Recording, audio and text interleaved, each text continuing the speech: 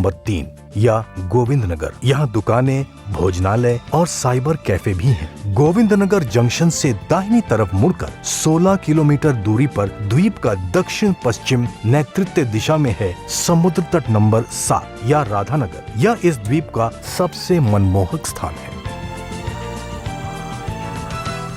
हमारी हफ्ते भर की इस ट्रिप में से लगभग 4 दिन हमने हैवलॉक पर ही बिताए, क्योंकि पोर्ट ब्लेयर से हैवलॉक थोड़ी बेटर तो ज्यादा अच्छी जगह है। राधानगर बीच तो रियली एशिया के सबसे सुंदर बीचेस में से एक है। हम वहाँ कल गए थे और अब हमें पता चल गया कि वो बीच इतना सुंदर क्यों माना जाता है। अब बस हम हमारी ट्रिप का ज्यादा से ज्यादा मजा लेने की कोशिश कर रहे हैं।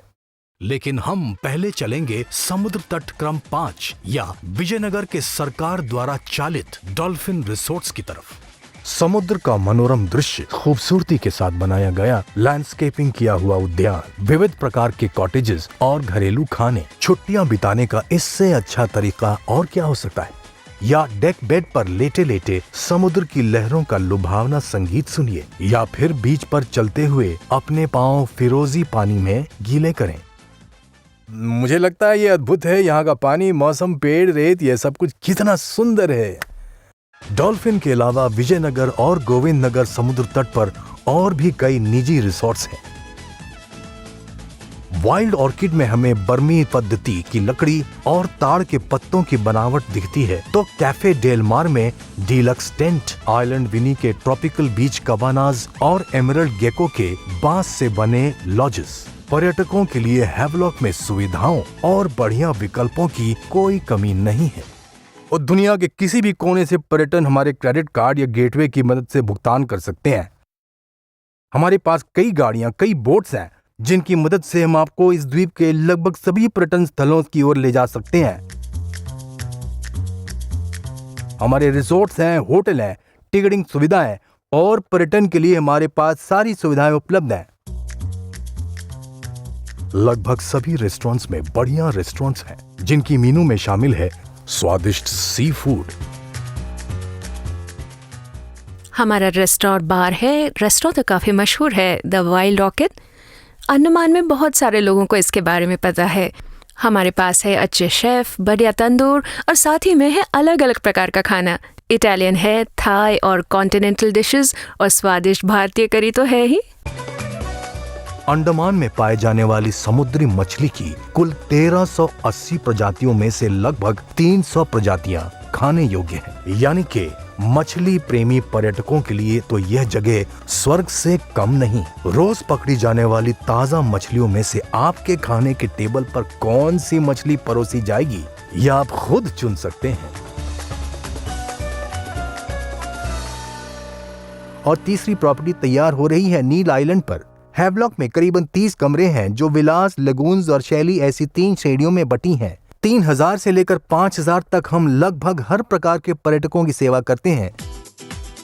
हमारा इन हाउस डाइव शॉप है, एक मल्टी क्विजीन रेस्टोरेंट है, बार, इन हाउस बेकरी और काफी शॉप भी है। कई रेस्टोरेंट्स अपने निजी गोताखोरी केंद्र चलाते हैं। हैवलॉक पर स्थित लगभग आधा दर्जन गोताखोरी केंद्रों में से वाइल्ड ऑर्किड का एंडमान बबल्स, आइलैंड विनी का डाइव इंडिया और बेयरफुट स्कूबा सबसे बढ़िया माने जाते हैं।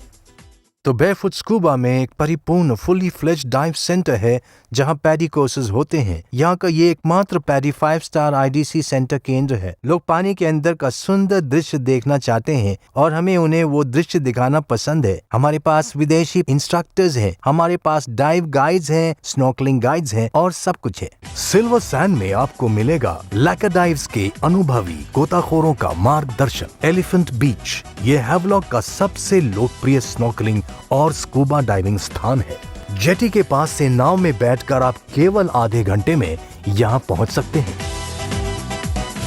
लेकिन अब पहले चलते हैं हाथियों के प्रशिक्षण शिविर की तरफ। विजयनगर के दक्षिण दिशा में जाने वाला यह निर्जन रास्ता हमें ले जाता है काला पत्थर की ओर। इस सुंदर जगह पर समुद्र के झिलमिलाते नीले पानी की पृष्ठभूमि पर धूप में चमकती काली चट्टानों जैसे हमें बुला रही है। चलिए यहाँ पर रुककर इस एकांत का अनुभव करते हैं, थोड़ा अलसाते हैं। इधर देखिए, यहाँ से हमें अपने काम में लगे वन विभाग के हाथी दिखाई पड़ते हैं। बीच 3 यह है बेयरफुट द्वारा चलित लकड़ी से सजाया हुआ गुरमे रेस्टोरेंट। ये हैवलॉक जेटी पर है और यहाँ से हमें जेटी का दृश्य बिल्कुल साफ साफ नजर आता है। बेयरफुट शुरू करने के पीछे जो ख्याल था वो ये कि दिन भर की डाइविंग स्नॉर्कलिंग करने के बाद लोग यहाँ पर आए, बढ़िया लाइव म्यूजिक सुने, स्वादिष्ट सी फूड का मजा लें और लोगों से भी मिलें। तो ये जगह है सभी प्रकार के लोगों से मिलने की, लोग जो यहाँ आकर विचारों का आदान प्रदान करें और शाम का आनंद ले सकें। खुले समुद्र में स्थित डाइविंग केंद्र और डाइविंग प्लेटफॉर्म्स तक पहुंचने के लिए यह छोटी नौकाएं और कश्तियां पर्यटकों की मदद करती हैं। यह नाव आपको इन सदाबहार जंगल में से ले जाएगी। रास्ते के वर्षा वन में आपको दिखेगा